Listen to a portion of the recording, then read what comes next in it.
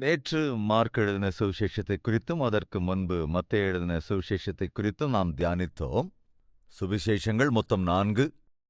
மத்தேயுவின் சுவிசேஷம், மார்க்குவின் சுவிசேஷம், லூக்காவின் சுவிசேஷம், யோவானின் சுவிசேஷம். இந்த 4 சுவிசேஷங்களையும் 4 பேர் எழுதினார்கள். மத்தேயு சுவிசேஷத்தை மத்தேயு, மார்க்குவின் சுவிசேஷத்தை மார்க்கு, லூக்கா சுவிசேஷத்தை லூக்கா, யோவான் சுவிசேஷத்தை யோவான். இந்த 4 பேருமே கூட இயேசு கிறிஸ்துவை 4 கோணங்களிலே உலகத்திற்கு அறிமுகம் செய்ய முற்பட்டார்கள். மத்தேயு இயேசு கிறிஸ்துவை யூதருக்கு ராஜாவாக, ராஜாதிராஜாவாக வெளிப்படுத்தி தன்னுடைய சுவிசேஷத்தை எழுதினான். மார்க்கு இயேசு கிறிஸ்துவை ரோமர்களுக்கு ஒரு ஊழியக்காரரைப் போல, நான் ஊழியம் கொள்ளும்படி வராமல் ஊழியம் செய்வதற்காகவே வந்தேன், ஊழியக்காரனாக, ஒரு சர்வன்டாக ரோமர்களை தன் எண்ணத்தில் வைத்து தன் சுவிசேஷத்தை எழுதினான். மத்தேயு யூதர்களை மனதில் வைத்து மத்தேயு சுவிசேஷத்தை எழுதினான். அதாவது பரிசுத்த ஆவியானவரின் ஏவுதலினாலே இவர்கள் இந்த சுவிசேஷங்களை எழுதினார்கள். அதேபோல மார்க்கு ரோமர்களை தன் மனதில் வைத்து இயேசு கிறிஸ்துவை ஒரு ஊழியக்காரனாக வெளிப்படுத்தி மார்க்கு சுவிசேஷத்தை எழுதினான். லூக்கா கிரேக்கர்களை தன் மனதில் வைத்து இயேசு கிறிஸ்துவை ஒரு முழுமையான மனிதனாக அவர்களுக்கு அறிமுகம் செய்கிறான். யோவான் இயேசு கிறிஸ்துவை தேவகுமாரன் என்று, சாட்சாத் தேவன் என்று உலகத்துக்கு அறிமுகம் செய்தான். இப்படி 4 பேருமே அதாவது இவர்கள் 4 பேரும் எழுதிய சுவிசேஷங்களில் வடக்கு, தெற்கு, கிழக்கு, மேற்கென்று எப்படி 4 திசைகள் இருக்கிறதோ அதே போல 4 திசையிலும் இருக்கிற மக்களுக்காக 4 சுவிசேஷங்களை எழுதினார்கள். மார்க்குவின் வாழ்க்கையை குறித்து விரிவாக நாம் பார்த்து விட்டோம் அல்லவா? அதேபோல மத்தேயுவின் வாழ்க்கையை குறித்து மிக விவரமாகவே பார்த்து விட்டோம். தொடர்ந்து இன்று லூக்காவை குறித்து காரியங்களை விவரமாக தெரிவிக்கின்றேன். தேவன் ஒரு மனிதனை கவனித்தார். அந்த மனிதன் ஒரு யூதன், யூத மதத்தை மிகவும் நம்பினவன். அந்த மத சித்தாந்தங்களை, அந்த மத கோட்பாடுகளை பலமாய் நம்பின ஒரு மனிதன். அப்படிப்பட்ட சமயத்திலே ஒரு கூட்டம் எழும்பி வந்தது. யூதர்களாக இருந்தபோதும் கூட அந்த நபரோ அல்லது அவனோடே கூட இருந்தவர்களோ அங்கீகரிக்காத ஒரு விசுவாசம், ஒரு கோட்பாடு புதிதாய் எழும்பிற்று. அந்த கூட்டத்தார் இயேசு கிறிஸ்துதான் உலக இரட்சகர் என்று, இயேசு கிறிஸ்துதான் மேசியா என்று பிரசங்கிக்க ஆரம்பித்தார்கள். அது இந்த நபருக்கு கொஞ்சம் கூட பிடிக்கல.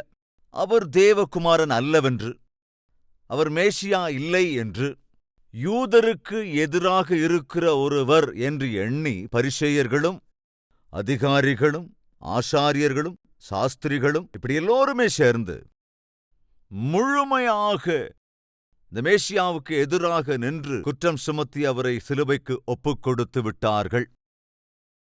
காரணம் என்ன? அவர்கள் பேசிக்கா விசுவாசிக்கவில்லை இயேசுதான் மேசியா என்று. அவர்கள் என்ன நினைத்தார்கள்? மேசியா ஒரு ராஜாவை போல் வருவார் என்று, ஆளுகை செய்வார் என்று. எஸ், இயேசு கிறிஸ்து ராஜாதி ராஜாதான், கட்டாயம் ஆளுகைக்குரியவர்தான். தாவீதின் சிங்காசனம் எப்பொழுதும் இருக்கும் என்று தேவன் வாக்கு பண்ணியிருந்தார். அந்த சிங்காசனத்தின் மீது நித்திய காலமும் இருப்பது அவர்தான். ராஜாதி ராஜாவாய் அவர்தான் ஆளுகை செய்வார், அதில் எந்தவித சந்தேகமும் இல்லை. ஆனால் இயேசு கிறிஸ்துதான் மேசியா என்கிற அந்த உண்மையை அவர்கள் உணர்ந்து கொள்ளவில்லை. அந்த உண்மையை உணராததினால்தான் இயேசு கிறிஸ்துவையே அவர்கள் சத்துருவாக எண்ணி அவரை சிலுவைக்கும் ஒப்புக் கொடுத்தார்கள். அந்த சித்தாந்தத்தை இந்த மனிதன் நம்பிவிட்டான்.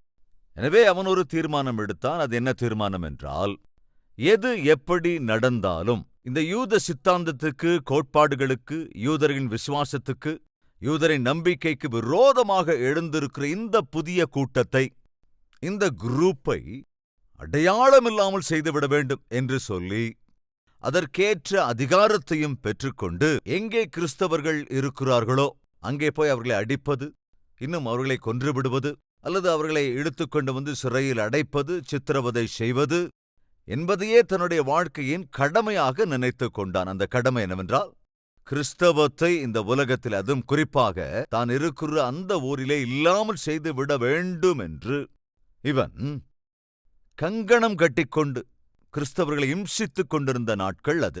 அதற்காகவே அவன் தமஸ்குவின் பாதையாய் போய் தமஸ்குவிலே இருக்கிற கிறிஸ்தவர்களை துன்புறுத்த வேண்டும், சிறை பிடிக்க வேண்டும், கிடைப்பவர்களை கைது செய்ய வேண்டும், அல்லது கொலையும் செய்ய வேண்டும் என்ற எண்ணத்தோடு தான் போய்கொண்டிருக்கிற போது, மத்தியான வேளையில, உச்சி வெயில் நேரத்துல தான் ஒரு பிரகாசமான ஒளியை காண்கிறான். அதை காண முடியாமல் அங்கே கீழே விழுந்து விடுகிறான். சவுலே, சவுலே, ஏன் என்னை துன்பப்படுத்துகிறாய் என்றொரு சத்தத்தை கேட்கிறான். கண்களெல்லாம் இருண்டு போனது. நீர் யார் ஆண்டவரே என்று கேள்வி கேட்கிறான். அப்பொழுது அந்த சத்தத்தின் பதில், நீ துன்பப்படுத்துகிற நசரேயனாகிய இயேசு நானே. ஆண்டவரே, நான் என்ன செய்ய வேண்டும்?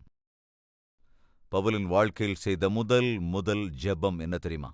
ஆண்டவரே, நான் என்ன செய்ய வேண்டும்?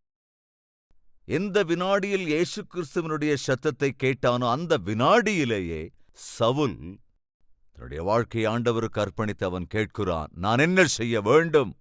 அப்பொழுது ஆண்டவர் சொன்னார், நீ என்ன செய்ய வேண்டும் என்று நான் சொல்லுகிறேன் என்று அவனை அனனியாவினிடத்திற்கு அனுப்பினார். அங்கே ஞானஸ்நானம் பெற்றுக்கொள்கிறான், ரட்சிக்கப்பட்டான், ஞானஸ்நானமும் பெற்றுக்கொண்டான். பின்பு தன்னுடைய வாழ்க்கையை ஊழியத்திற்காக முழுமையாய் அர்ப்பணித்து விட்டான். வாழ்ந்தால் கிறிஸ்துவுக்காக வாழ்வேன் என்று மிக உறுதியோடு வைராக்கியமாக கிறிஸ்துவுக்காய் வாழ்ந்தான்.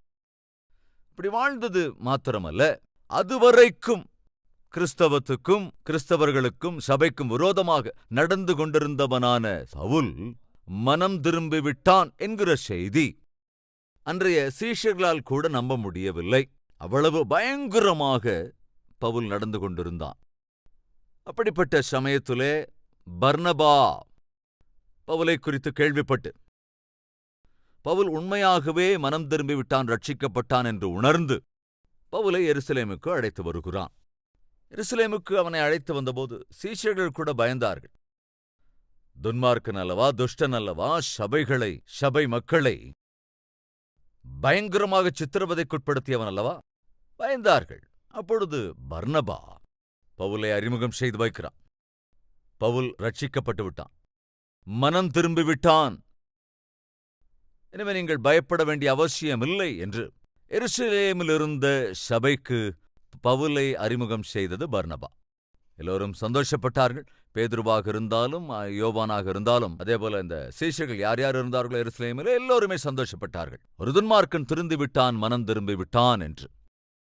அதைத் தொடர்ந்து எருசலேமிலே பவுல் தைரியமாக இயேசு கிறிஸ்துவை குறித்த சத்திய சுவிசேஷத்தை பிரசங்கித்துக் கொண்டிருக்கையில், நேத்து முந்தா நாள் வரைக்கும் கிறிஸ்தவர்களை ஹிம்சித்துக் கொண்டிருந்தவன், கிறிஸ்தவர்களை பயங்கரமாய் அடித்தவன், கொலை செய்தவன், சிறைகளிலே அடைத்தவன், சடனா இப்படி பிளேட்டை மாத்துறானே, சடனா தன்னோட ரூட்டை மாத்திக்கிட்டானே, சடனா அவங்க பக்கம் போய் சேர்ந்துட்டானே, என்னது இப்ப என்னடா அவங்க கூட என்னன்னு அவங்களுக்காக பேசுறானே என்று அதுவரைக்கும் அவனுக்கு சப்போர்ட்டாக இருந்தவர்கள் எப்பொழுது பவுல் ஆண்டவரை குறித்து சாட்சி சொல்ல ஆரம்பித்து விட்டானோ அப்பொழுதிலிருந்தே பவுலை கொல்ல வேண்டும் என்று திட்டம் திட்டினார்கள். அந்த விஷயத்தை தெரிந்து கொண்ட சீஷர்கள் அர்த்தராத்திரியிலே பவுலை ஒரு கூடையில் வைத்து அவனை கொண்டு போய் பத்திரமாய் எருசலேமிலிருந்து வெளியே அனுப்பிவிட்டார்கள். அவன் மீது கொலை முயற்சி நடக்கிறது என்பதனால பவுலை எருசலேமை விட்டு அனுப்பி வைத்து விட்டார்கள்.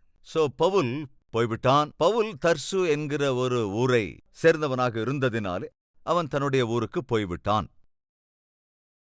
நல்லா கவனிங்க, உங்களுக்கு தெரியும் பைபிள் என்ன இருக்கு. இந்த பவுல் செய்த அந்த இம்சையினாலே எருசலேமில் இருந்த ஆதி திருச்சபை மிகுந்த கஷ்டத்துக்குள்ளாகியது, பயங்கரமான துன்புறுத்தலுக்கு ஆளானது. எருசலேமிலே இருந்த சபை சிதறிப்போனது. அப்படி சிதறிப்போனவர்கள் அந்தியோக்கியா என்ற பட்டணத்திற்கு போய் அங்கே சுவிசேஷத்தை அறிவிக்க ஆரம்பித்தார்கள். அப்படி அங்கே சுவிசேஷத்தை அறிவித்த போது அந்த அந்தியோக்கியா என்கிற அந்த பகுதியிலே அநேகர் ரட்சிக்கப்பட்டார்கள். அப்படி ரட்சிக்கப்பட்டதற்கு பிறகு அவர்களை பலப்படுத்துவதற்காக எருசலேமிலே இருந்த சபை மூப்பர்கள் என்ன செய்தார்கள்? பர்னபாவை அந்தியோக்கியா என்கிற பட்டணத்துக்கு போய் அங்கே இருக்கிற ஆவிக்குரியவர்களை பலப்படுத்துங்கள் என்று பர்னபாவையும் சீலாவையும் அந்த அந்தியோக்கியாவுக்கு அனுப்பி வைத்தார்கள். அங்கே போய் பார்த்தபோது இவர்களுக்கு மிகுந்த சந்தோஷமாக இருந்தது. காரணம், அங்கே இருந்தவர்கள் எல்லோரும் கேள்விப்பட்ட சுவிசேஷத்தினாலே நேர்த்தியாக ஒரு சபையை ஸ்தாபித்து தேவனை சேவித்துக் கொண்டிருந்தார்கள். பர்னபாவும் அதேபோல சீலாவும் அங்கே நடக்கிற ஊழியங்களை பார்த்து மிகவும் சந்தோஷப்பட்டார்கள். ஊழியம் நன்றாக இருந்தது. அப்படிப்பட்ட சூழ்நிலையில பர்னபாவுக்கு ஒரு யோசனை வந்தது. இந்த அந்தியோக்கியா என்கிற ஊருக்கு பக்கத்துல தானே பவுல் இருப்பான். அப்போ அந்த பவுல் இப்ப என்ன செஞ்சுக்கிட்டு இருப்பான், எங்க இருப்பான், போய் பார்த்துட்டு வரலாம் அப்படின்னு நீங்க ஜாக்கிரதையா பைபிளோட கடைசி பக்கத்துக்கு வாங்களேன். அதாவது நீங்க பைபிளோட இந்த கடைசி பேஜை திருப்பி பார்த்தீங்கன்னா அங்க பவுல் அப்போஸ்தலன் பிரயாணம் பண்ணின தேசங்கள் அப்படின்னு ஒரு மேப் இருக்கும். கவனிங்க, இந்த மேப்ல இந்த பகுதியை நீங்க நல்லா கவனிச்சிங்கன்னா அந்தியோக்கியா அப்படிங்கிற ஒரு ஊரோட பேர் இருக்கும். அந்த ஊரை பத்தி தான் நாம இப்ப பேசிக்கிட்டு இருக்கிறோம், அந்தியோக்கியா. அதுக்கு கொஞ்சம் மேல பாத்தீங்கன்னா தர்சு என்கிற ஊர் பேரும் இருக்கும். அப்படின்னா அந்த அந்தியோக்கியாவுக்கு தர்சு கொஞ்சம் பக்கத்துல தான் இருந்திருக்கு. அந்த அந்தியோக்கியா பட்டணத்துக்கு வந்த பர்னபா, தர்சு நம்ம நண்பனான பவுலுடைய ஊரல்லவா, சரி அவன் எப்படி இருக்கான்னு போய் பார்த்துட்டு வரலான்னு பவுலை சந்திப்பதற்காக தர்சுவுக்கு போகிறான். இவனுங்க ஏறக்குறைய 10 வருஷம் இப்ப தாண்டிடுச்சு. எருசலேமிலிருந்து பவுல் இவர்களால் அனுப்பப்பட்டு சுமார் 10 வருடங்கள் ஆகிடுச்சு. இன்னும் அக்யூரேட்டா சொல்லலாம் 12 to 13 years. இப்போ ஒரு காலத்துல பார்த்தோம் இந்த தர்சு பட்டணத்தை சேர்ந்த பவுல. அவன் இப்ப எப்படி இருப்பான்? ஊழியம் பண்ணிக்கிட்டு இருப்பானா, அல்லது ஊழியத்தை விட்டுருப்பானா, அல்லது இன்னும் ஆவிக்குரியவனா இருக்கானோ, இல்ல அப்படி இல்லாம இருக்கானோ, சாட்சியோடு இருக்கானோ, அல்லது சாட்சியை இழந்து போயிருக்கிறானோ, அவன் எப்படி இருப்பான் என்று இப்படிப்பட்ட கேள்விகளோடு பர்னபா தர்சுவுக்கு போகிறான். அன்பு சகோதர சகோதரிகளே, நீங்க ஒருவேளை உங்களுடைய ஃப்ரெண்டு யாராவது காலேஜ்ல நீங்க படிக்கும்போது உங்க கூட அவர் சர்ச்சுக்கு வந்திருக்கலாம், நல்ல ஆவிக்குரியவரா கூட இருந்திருக்கலாம், ஒன்னா சேர்ந்து ஜெபிக்கிறவங்களா இருந்திருக்கலாம். ஆனா ஒரு 10 or 15 இயர்ஸுக்கு அப்புறம் நீங்க மறுபடியும் அந்த சகோதரனை, அந்த ஃப்ரெண்டை சந்திக்கும் போது அவரு ஆவிக்குரியவரா இருக்கணும்னு நீங்க ஆசைப்பட்டா சில நேரங்களில் சிலர் ஆவிக்குரிய வாழ்க்கையிலிருந்து மாறி போயிருக்கலாம். ஒருவேளை தேவனை விட்டு விலகி போயிருக்கலாம், உலக பிரகாரமா வாழ ஆரம்பிச்சிருந்திருக்கலாம், வசனத்துக்கு விரோதமான வாழ்க்கை கூட ஒருவேளை வாழ்ந்துகிட்டு இருக்கலாம், சாட்சியை இழந்து போய் கூட ஒருவேளை இருக்கலாம். அல்லது இன்னும் அதிகமான பக்தியோடு ஊழியம் செய்கிற ஒரு நபராக கூட வாழ்ந்து கொண்டிருக்கலாம். ஒருவேளை உன்னுடைய வாழ்க்கையை குறித்து நீ கேள்வி கேட்பாய் என்றால், 10 இயர்ஸுக்கு முன்னால என் வாழ்க்கை எப்படி இருந்தது, இன்னைக்கு உன்னுடைய வாழ்க்கை எப்படி இருக்கு? 10 வருஷத்துக்கு முன்னால இருந்ததை விட ஆவிக்குரிய வாழ்க்கையில இன்னும் நல்லா தேறி இருக்கியா? 10 இயர்ஸுக்கு முன்னால தேவனுக்காக வைராக்கியமாய் வாழ்ந்து இன்னைக்கு அந்த வைராக்கியத்தை இழந்து போயிருக்கிறாயா? கூடவே ஆவிக்குரிய வாழ்க்கை எல்லாவற்றையும் இழந்து போய் ஆவிக்குரிய வாழ்க்கை துருப்பிடித்த நிலையிலே வாழ்ந்து கொண்டிருக்கின்றாயா? யோசித்துப்பார். இப்படி எத்தனையோ கேள்விகளோடு கூட பர்னபா தர்சுக்கு போனான். அங்கே ஒரு அற்புதம் நடந்தது. அற்புதம் என்னவென்றால், தர்சுவிலே பவுலை சந்தித்தான். அதே வைராக்கியம், அதே உறுதி, ஆண்டவருக்காக வாழ வேண்டும் என்று சொல்லி அதே உறுதி. அதை கண்டதும் பர்னபா ரொம்ப சந்தோஷப்பட்டான். பவுலோடு கூட பேசி, பவுல், ஏன் நீ தனியாள ஊழியம் பண்ணிக்கிட்டு இருக்க, வந்துரு, நாம சேர்ந்து ஊழியம் பண்ணலாம். அந்தியோக்கியா என்கிற அந்த பட்டணத்தில் அற்புதமான ஊழியம் நடந்து கொண்டிருக்கிறது, அங்கே நல்ல எழுப்புதல் வந்து கொண்டிருக்கிறது, வா அங்கே போலாம் என்று சொல்லி பர்னபா பவுலை அந்தியோக்கியா என்கின்ற அந்த பட்டணத்துக்கு அழைத்து வந்து அங்கே இருக்கிற சபைக்கும் ஊழியத்திற்கும் அறிமுகம் செய்து வைத்தான். இதெல்லாத்தையும் எதுக்காக சொல்றேன்னா, இனி வருகிற நாட்களிலே கட்டாயம் அப்போஸ்தலருடைய நடவடிக்கைகளை குறித்தெல்லாம் நாம் தியானிக்கவிருக்கிறோம், பேசப்போகிறோம் அல்லவா? அதற்காக இப்பொழுதிலிருந்தே ஒரு பிளாட்ஃபார்மை நான் அமைக்கிறேன், சுலபமாக புரிந்து கொள்ள வேண்டும் என்று. அங்க என்ன நடக்குது? பவுலும் பர்னபாவும் அந்த அந்தியோக்கியாவிலே அற்புதமாக ஊழியம் செய்து கொண்டிருந்த போது தேவன் அவர்களோடு பேசினார், திருச்சபையோடு பேசினார். என்னவென்றால், பர்னபாவும் சவுலும், அதாவது அப்போ சவுல் என்றுதான் அழைக்கப்பட்டான், பவுல் தான்.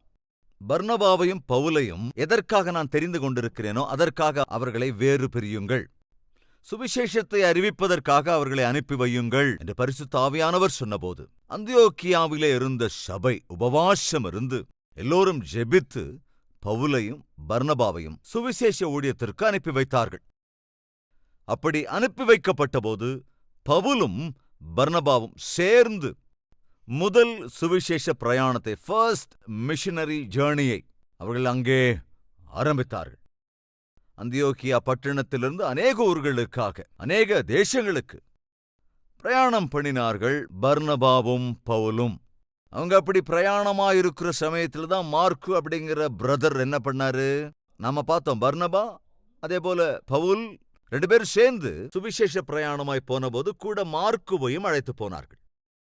இந்த மார்க்கு திடீர்னு பாதியிலேயே ஊழியத்தை விட்டு ஊழியக்காரர்களையும் விட்டு ஓடி வந்துச்சான்.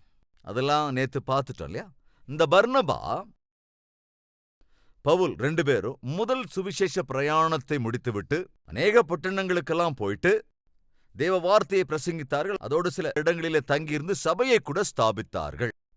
அப்படி முதல் தடவை போய்விட்டு திரும்ப வந்து விட்டார்கள். அந்தியோக்கியாவுக்கு வந்து ரிப்போர்ட் கொடுத்தார்கள். நீங்கள் எங்களை அனுப்பி வைத்தீர்கள், நாங்கள் போனோம், அற்புதமான ஊழியம் நடந்தது, அநேக இடங்களிலே எங்களை எதிர்த்தார்கள், சில இடங்களில் எங்களை அடித்தார்கள், ஆனாலும் கூட ஆத்துமாக்கள் ரட்சிக்கப்பட்டன, சபைகள் ஸ்தாபிக்கப்பட்டிருக்கிறது என்று நல்ல ரிப்போர்ட் கொடுத்தாங்க. செகண்ட் டைம் பவுல் பர்னபாவோடு சொன்னான், நாம ஆல்ரெடி போயிட்டு வந்தோமே, நல்லா போய் ஊழியம் பண்ணிட்டு வந்திருக்கமே, அப்படி ஊழியம் பண்ணிக்கிட்டு வந்த இடத்துக்கு திரும்ப ஒரு தடவை போலாம், அங்க நம்ம சகோதரர்கள் எப்படி இருக்காங்க, நம்ம பட்ட பிரயாசத்துக்கான பிரதிபலன் எப்படி இருக்குன்னு பார்க்கலாம் என்று பவுல் சொன்னார். இந்த விஷயத்தை நாம அப்போஸ்தலருடைய நடபடிகள் 15ஆம் அதிகாரத்திலே பார்க்க முடியும். அப்போஸ்தலருடைய நடபடிகள் 15வது அதிகாரம் வாசிக்கிறேன். 36வது வசனம். சில நாளைக்கு பின்பு பவுல் பர்னபாவை நோக்கி, நாம் கர்த்தருடைய வசனத்தை அறிவித்திருக்கிற சகல பட்டணங்களிலும் உள்ள சகோதரர்கள் எப்படி இருக்கிறார்கள் என்று போய் பார்ப்போம் வாரும் என்றான். பவுல் பர்னபா கிட்ட சொல்றான். அப்பொழுது பர்னபா என்பவன் மார்க்கு என்னும் பேர் கொண்ட யோவானை கூட அழைத்துக் கொண்டு போக வேண்டும் என்றான். பவுலோ, அவன் பம்பிலியா நாட்டிலே நம்மை விட்டு பிரிந்து நம்மோடே ஊழியத்துக்கு வராததினாலே அவனை அழைத்துக் கொண்டு போகக்கூடாது என்றான். இதை பற்றி அவர்களுக்குள்ளே கடுங்கோபம் உண்டபடியினால் அவர்கள் ஒருவரையொருவர் விட்டு பிரிந்தார்கள். இதைத்தான் நேத்து பார்த்தோம். மார்க்கு ஒரு பெரிய ஊழியத்தை செய்து கொண்டிருந்த, சேர்ந்து ஊழியம் செய்து கொண்டிருந்த பர்னபாவையும் பவுலையும் தன்னுடைய ஆவிக்குரியதல்லாத நடத்தையினாலே பிரித்து விட்டான். தம்பிமார், தங்கைமார், நீங்க ஊழியத்துல, சபை ஊழியங்கள் ஒருவேளை பங்கெடுத்துக்கிட்டு இருப்பீங்கன்னா, உங்களுடைய குணம், உங்களுடைய நடத்தை என்பது சபையிலே ஒற்றுமையை கொண்டு வர வேண்டும். ஊழியம் செய்கிற நண்பு சகோதர சகோதரிகளை கொஞ்சம் கவனிங்க. தேவன் ஊழியம் செய்யும் பாக்கியத்தை உங்களுக்கு அருளி இருக்கிறாரா என்றால், ஊழியத்திலே பங்கெடுத்திருக்கிற உங்களுடைய நடத்தை 10 பேருக்கு மத்தியில் சமாதானத்தை கொண்டு வர வேண்டுமே தவிர, அங்கிருக்கிற சமாதானத்தை உங்களுடைய மூர்க்கத்தனத்தினாலே, தவறான நடத்தையாலே, அல்லது செய்கிற அதிகாரத்தினாலே, அல்லது பாவம் நிறைந்த உங்கள் செய்கையாலே அங்கே ஊழியம் செய்து கொண்டிருக்கிறவர்களுக்கு மத்தியிலோ, அல்லது சபையோருக்கு மத்தியிலோ, சபையில் இருக்கிற மூப்பர்களுக்கு மத்தியிலோ, உங்களுடைய அறியாமையினாலே, அவ்விசுவாசத்தினாலே, பரிசுத்தமின்மையினாலே, தவறான நடத்தையாலே அவர்களுக்கு மத்தியில் மனவருத்தத்தை உண்டாக்குவது, சமாதானமின்மையை உண்டாக்குவது, சண்டை சச்சரவுகளை உண்டாக்குவது கூடவே கூடாது. அங்கே இருக்கிற ஐக்கியத்தை, சமாதானத்தை, சந்தோஷத்தை கெடுக்கிற ஒருவராக தயவு செய்து நீ எந்த ஊழியத்திலும் பங்கெடுக்காதே. அது நல்லது அல்லவே அல்ல. நம்ம பார்த்தோம் இல்லைங்களா? பர்னபா பாவம் எங்க போனா? அவன் தர்சுவுக்கு போனான். அந்த தர்சுக்கு போய் பவுலை சந்திச்சு, தனியாளா இருக்கிற பவுலை அவன் அன்பு கூர்ந்து அழைத்து கொண்டு வந்து அந்தியோக்கியாவில ஊழியத்திலே பங்கெடுக்க பண்ணி, சேர்ந்து ஊழியம் செய்து கொண்டிருந்த நாட்களில சடனாக மார்க்குவின் ஆவிக்குரிய அறிவின்மையினாலே பவுல் சொல்லுகிறான் பர்னபாவினிடத்தில், இல்ல பர்னபா, இந்த மார்க்கு ஊழியத்துக்கு ஒத்து வர மாட்டான். ஊழியத்தோட மதிப்பு அவனுக்கு தெரியல, ஊழியத்தோட வேல்யூ அவனுக்கு தெரியல. உயிரை பணயம் வச்சு நாம ஊழியம் செஞ்சுக்கிட்டு இருக்கும்போது அன்னைக்கு இந்த மார்க்கு நம்மளை திடீர்னு அப்படியே விட்டுட்டு, தன்னுடைய ஊழியத்தையும் அப்படியே விட்டுட்டு அன்னைக்கு போன மாதிரி இப்ப போயிட்டா அது ஊழியத்துக்கு ரொம்ப பிரச்சனையா போயிடும். இப்படி சரியான மனப்பக்குவத்துக்கு வராத நபரை நம்மோடு வைத்துக் கொள்வது நல்லதல்ல. நான் சொல்றது கொஞ்சம் கேளு. வேற யாராவது நல்ல பசங்களை நம்மோட கூட்டிட்டு போலாம் என்றான். நானா பார்த்தோம், மார்க்கு பர்னபாவுக்கு சொந்தக்கார பையன்.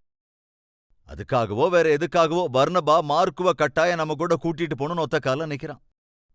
இன்னும் சில வேத பண்டிதர்களுடைய அபிப்பிராயம் என்னவென்றால், அங்க ஸ்பிரிச்சுவாலிட்டி விட ரிலேஷன்ஷிப்புக்கு அதிக முக்கியத்துவம் கொடுத்ததுனாலதான் பர்னபா மார்க்கோ கூட்டிட்டு போகணும்னு ஆசைப்பட்டிருப்பான் என்பது ஒரு வெர்ஷன். ஆனால் பவுலோ மிக நேர்த்தியாக பேசக்கூடியவன், நேர்த்தியாக ஊழியம் செய்கிறவன். ஒரு கட்டத்தில் அங்க என்ன நடக்குது? நான் மார்க்கோ கூட்டிட்டு ஊழியத்துக்கு போய்க்கிறேன்னு சொன்னா பர்னபா, சரி உன் இஷ்டம் என்று சொன்ன பவுல், கவனிங்க, அவசரப்படல. இப்ப தன்னோடு கூட சேர்ந்து ஊழியம் செய்து கொண்டிருந்த பர்னபா தன்னை விட்டு பிரிந்து போன பிறகு, நீ மார்க்கோவை கூட்டிட்டு போறியா, நான் அதை விட நல்லவன ஒருத்தனை கூட்டிட்டு போறேன், பாரு யார் நல்ல ஊழி, இந்த மாதிரி காம்படிஷன் வச்சுக்கலங்க. துரதிருஷ்டம் என்னன்னா, இன்னைக்கு அநேக இடங்கள்ல அநேக ஊழியக்காரங்களுக்கு மத்தியில் இந்த காம்படிஷன் தாங்க நடக்குது. ஊழியக்காரர்களுக்கும் மத்தியில் இருக்க வேண்டியது காம்படிஷன் இல்லைங்க, கோஆபரேஷன். சோ அன்னைக்கு பவுல் காம்படிஷனுக்கு போகல.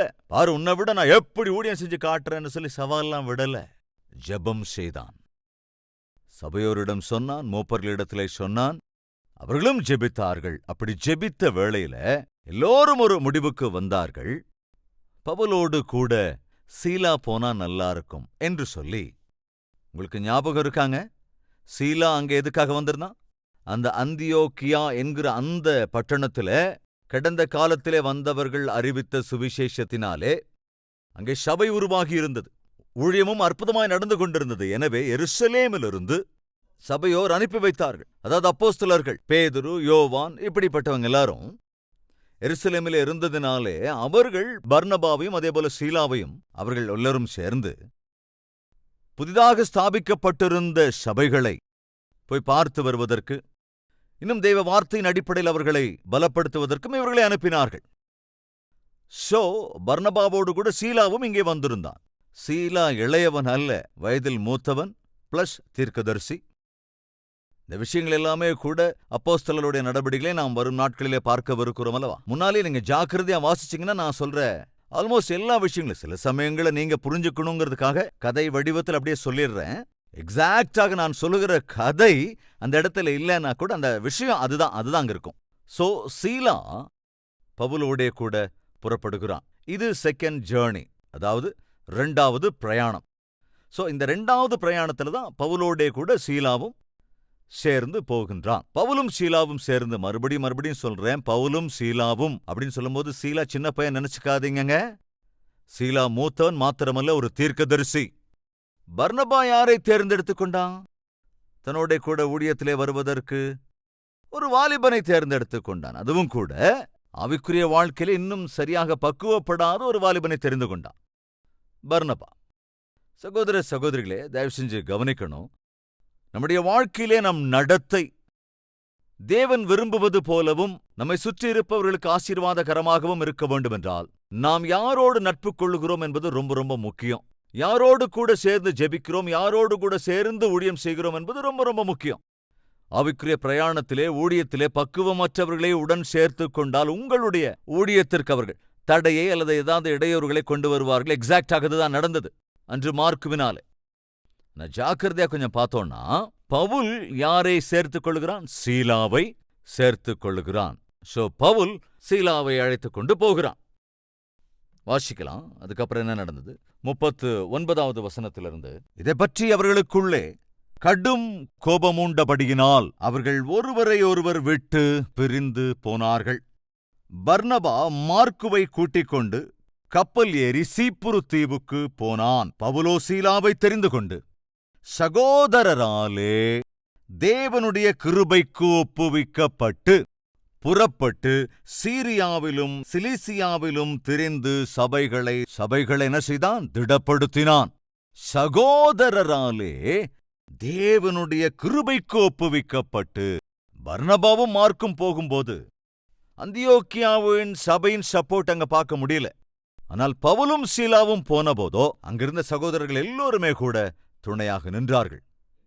நீங்க போயிட்டு வாங்க, தேவனுக்காக வைராக்கியமாய் ஊழியம் செய்து வாருங்கள். இவர்கள் சகோதரர்கள் எல்லோருமே சேர்ந்து தேவனுடைய கிருபைக்கு ஒப்புவித்தார்களாம், பவுலையும் சீலாவையும். சோ ஃப்ரெண்ட்ஸ், இப்ப பவுலும் சீலாவும் சேர்ந்து புறப்பட்டு போகிறார்கள். அப்படி பிரயாணமாய் புறப்பட்டு போகிற போது இப்ப ஜாக்கிரதையா புரிஞ்சுக்க வேண்டியது என்னன்னா, அப்போஸ்தலருடைய நடபடிகளை எழுதியது யாருன்னு தெரியுமா? லூக்கா. அப்போஸ்தலருடைய நடபடிகளையும் இந்த புத்தகத்தையும் எழுதியது லூக்கா தான். எனவே லூக்கா இந்த புத்தகத்தை எழுதி இருப்பதனாலே உங்களுக்கும் இந்த புத்தகத்தை குறித்து சில விஷயங்கள் தெரியணும்.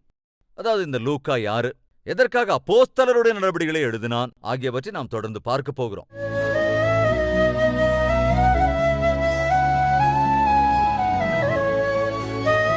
மகா பரிசுத்தமும் அன்பும் நிறைந்த பிதாவே, எவ்விதத்திலே லூக்கா பவுலோடு கூட வைராக்கியமாய் நின்று ஆபத்துக்கள் நிறைந்ததான பிரயாணத்தில் பங்கெடுத்து ஆண்டவராகிய இயேசு கிறிஸ்துவை இந்த உலகத்திற்கு அறிவிக்க வேண்டும் என்று ஒரு தாகத்தோடு கூட இருந்த விசுவாச வீரன் லூக்கா.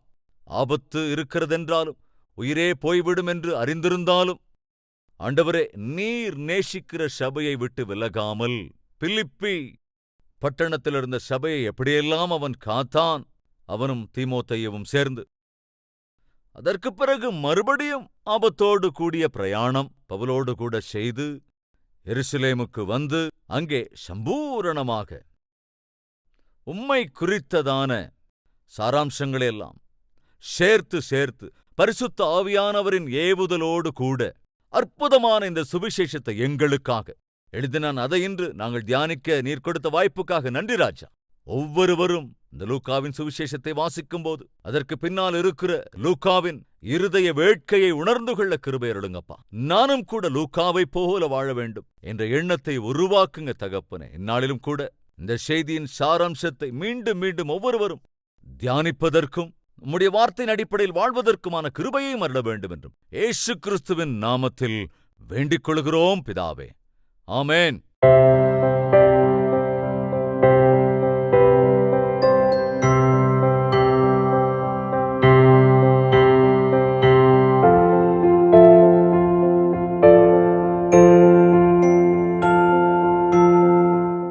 எங்கள் முகவரி: கல்வரி, தபால் பெட்டி எண் 30, குக்கட்பள்ளி, ஹைதராபாத் 72.